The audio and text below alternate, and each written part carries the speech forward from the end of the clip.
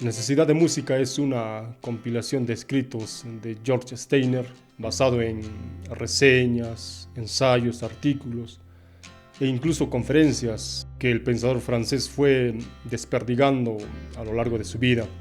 No es propiamente un libro que George Steiner organizó, sino que una editorial mexicana en el 2022, la editorial Grano de Sol, presentó de la mano de Rafael Vargas Escalante.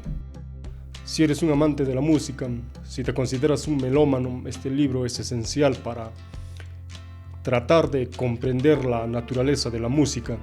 Steiner hace brillantes y memorables sentencias de la naturaleza de la música, ese objeto que al fin y al cabo es algo inasible, algo que desborda quizá todo significado y sentido. El libro está distribuido en reseñas sobre autores que el autor ama profundamente, sobre todo músicos europeos. Hay alguna que otra mención a músicos de otras partes del mundo, por ejemplo asiáticos, o por ahí a la música latinoamericana, pero esencialmente se centra en los músicos europeos y norteamericanos también. Los nombres de los maestros europeos bailan en la boca de Steiner con mucha ternura, con mucha pasión. Encontramos a Beethoven, a Mozart, a Shostakovich, a Tchaikovsky, a Gesualdo, a Benjamin Britten, autores a los que, si soy sincero, no soy asiduo y sin embargo me sirvieron para ahondar en la biografía de estos creadores. El libro viaja en busca del significado de la música, desde el místico Pitágoras hasta el filósofo Theodor Adorno, pasando por las muchas mentes que han tratado de descifrar el fenómeno de la música. Así que yo me centraré en aquellos pasajes que intentan conceptuar, que intentan redondear el fenómeno de la música. Primeramente preguntarnos por el enigma que se cierne sobre todo el libro, pues ¿qué es la música? Steiner acude a lo largo de las páginas del libro a un autor muy amado por él, el antropólogo francés Claude Lévi-Strauss, quien expresa ese famoso aforismo de que la melodía es el misterio supremo de las ciencias del hombre. Para Steiner también la música es ese misterio tremendo o mysterium tremendum del que hablaba Friedrich Nietzsche. Y entonces, al ser la música un fenómeno tan inasible, tan inmensurable, que nos elude, al que rodeamos, pero finalmente no alcanzamos, tiene en su núcleo un halo indescifrable, quizá un halo inescrutable, porque al tratar de definir a la música, eventualmente caemos en una suerte de charlatanería intelectual, en una suerte de palabrería, batiburrillo, me parece que dice Steiner en alguna de sus páginas. La música, también dice Steiner, pareciera estar más allá del bien y del mal, como un fenómeno amoral, como un fenómeno profundamente ambiguo. Para conceptualizar esta característica esencial de la música, esta dualidad o ambigüedad, o si queremos, amoralidad, Steiner utiliza el ejemplo de la música de Wagner y la influencia que esa música ha tenido en distintas personas. Nos recuerda, por ejemplo, que en 1890, en la Ópera de Viena, un periodista judío, Theodor Herzl, periodista famoso en su tiempo, está en la Ópera de Viena y escucha el Rienzi de Wagner. Y al escuchar la música de Wagner, tiene una suerte de iluminación, de éxtasis o de sueño por una idea que por muchos siglos ha consumido el anhelo de los hombres y para ese tiempo no se ha concretado todavía. Hablamos del sionismo. Herzl sueña con que la nación judía, pues después de muchas penumbras, después de muchos trasiegos, muchos pogromos y persecuciones, la identidad judía, la cultura judía tenga una nación, un estado propio, legalmente organizado tal como lo son las demás repúblicas del mundo. Ese es el sionismo, la añoranza por una patria judía. Bueno, la música de Wagner engendra en Herzl esta ilusión, esta esperanza, este sueño. Hacia 1920, 1910, 1920, no recuerdo el dato, Steiner cuenta que un joven en una ciudad de Austria, en una ciudad provinciana de Austria, un joven desempleado, está también en la ópera local de ese pueblo, de esa ciudad provinciana, y escucha también la música de Wagner, el Rienzi de Wagner, y también tiene una suerte de éxtasis, de iluminación, de despertar, y se le ocurre una idea. Más o menos se resume en: mi misión es fundar de nuevo el Reich, en el que escucharemos a grandes coros cantando esta música. Bueno, ese joven desempleado es Adolf Hitler, que ideó el nazismo, esa carnicería, esa locura, nacida en la Alemania de 1930. ¿Por qué la música tiene esta suerte de ambigüedad? ¿Por qué la música engendra dos sentimientos? ¿Por qué engendra dos pareceres? Son la misma música, son las mismas notas. ¿Por qué hace germinar de un lado el sionismo, la esperanza? ¿Y por qué hace nacer también de otro lado el nazismo, la carnicería, la barbarie? Pues quizá no hay respuesta para esto. Y Steiner justamente lo justifica por esa profunda ambigüedad de la música, por esa amoralidad esencial de la música, del fenómeno de la música. Quizá muchas veces podemos engañarnos pensando que la música es todo reconciliación, todo placer, todo felicidad y perdón. Pero en el corazón más hondo de la música pervive esta doble naturaleza de la música: barbarie y civilización, luz y oscuridad. Siguiendo con estas reflexiones, Steiner también vuelve a relatar aquellos tres mitos fundacionales que la cultura occidental ha generado, mitos relacionados a la música.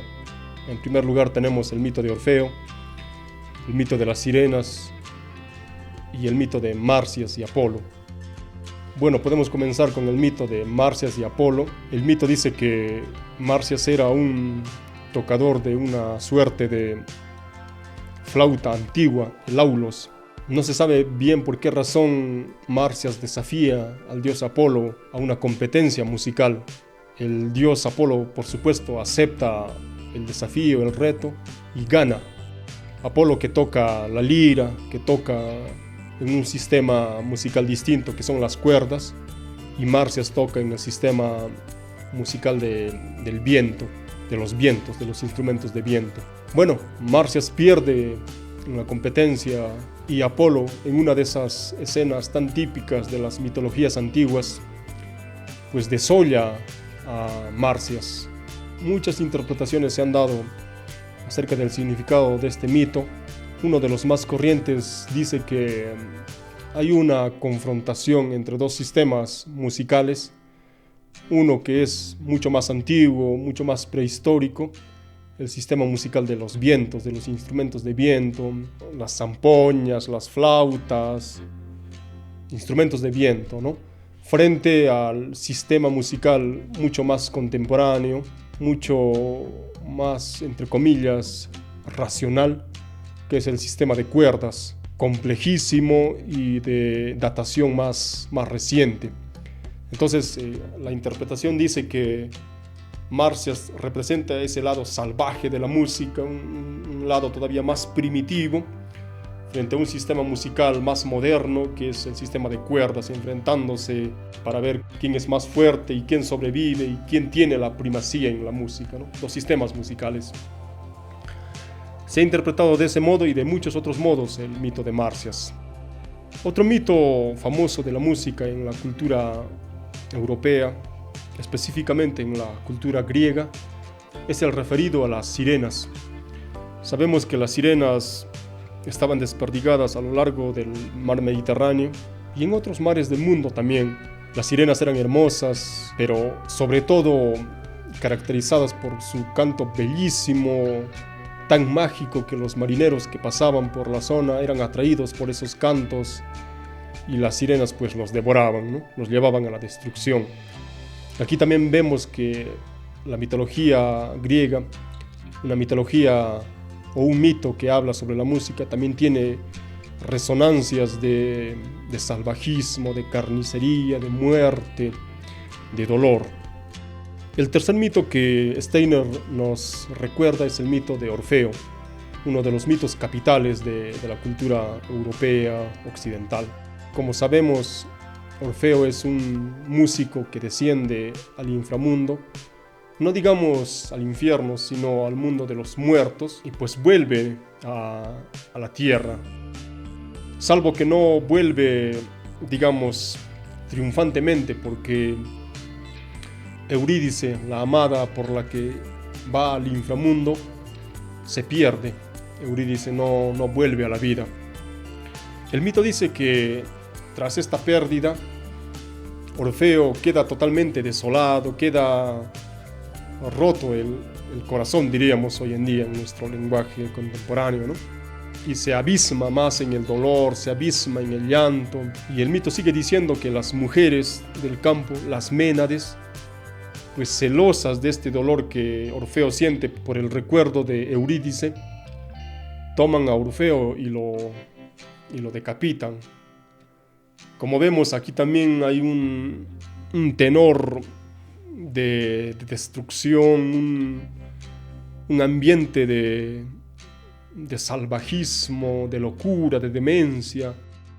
Pues bueno, Steiner nos recuerda que estos mitos fundacionales están cargados, él dice, de esa ambigüedad profunda, de esa parte que es totalmente racional de la música, la parte compositiva, la parte de la distribución de la música a lo largo del tiempo, de las melodías.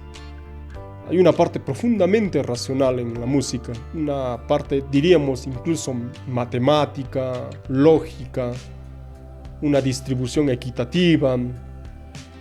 Y por otra parte hay una zona más bulliciosa, más temible, más desatada hacia la parte instintiva del ser humano.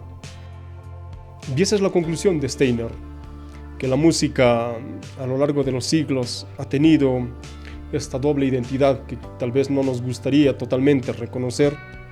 Muchos hemos sido melómanos, yo he sido un melómano distraído y a veces me cuesta aceptar esta doble identidad de la música. Y sin embargo está presente, ¿no? Hemos visto que muchas veces la música incita al desbordamiento de las masas, no necesariamente en un sentido positivo.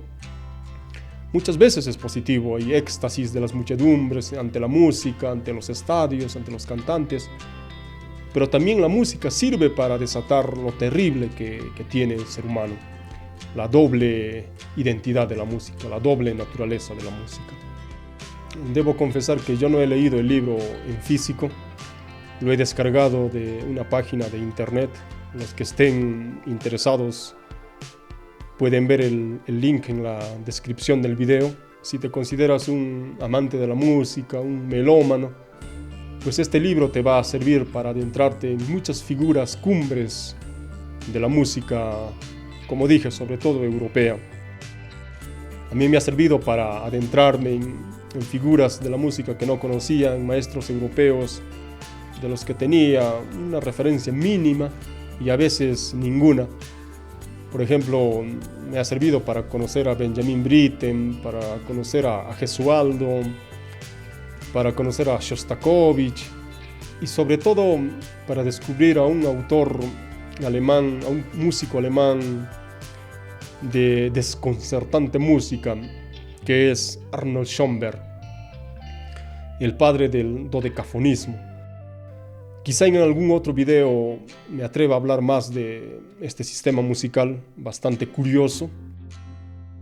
Les animo a que lean ese libro, Necesidad de Música, un libro que desde un principio ya debería yo haber dicho, es un libro delicioso.